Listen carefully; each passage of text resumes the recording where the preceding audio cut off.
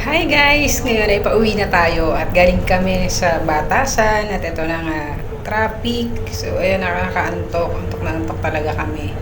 At ito nakaidlip din kahit papano. Ayan, pagkagising, naiinip sa traffic.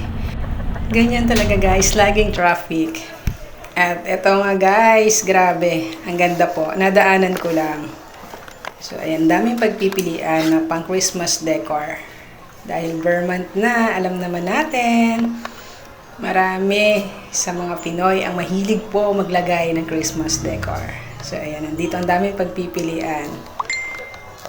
Dito naman sa kabilang side, ayan guys, makikita nyo, iba't ibang Christmas tree at iba't ibang fan decor din po sa Christmas tree.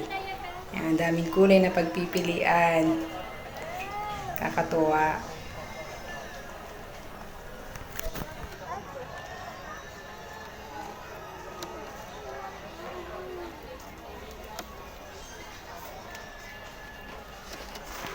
At dito naman po, ayan, yung mga panglagay sa pinto, yung mga panabit, marami din po. Iba't ibang kulay din, iba't ibang decor. Ayan. Ayan guys, tinignan ko rin yung materials na gamit. So iba kasi meron talagang talent na gumawa, yung sariling design. Ayan. Makakuha rin kayo na ideas na. Tingnan nyo, ang daming pagpipilian po.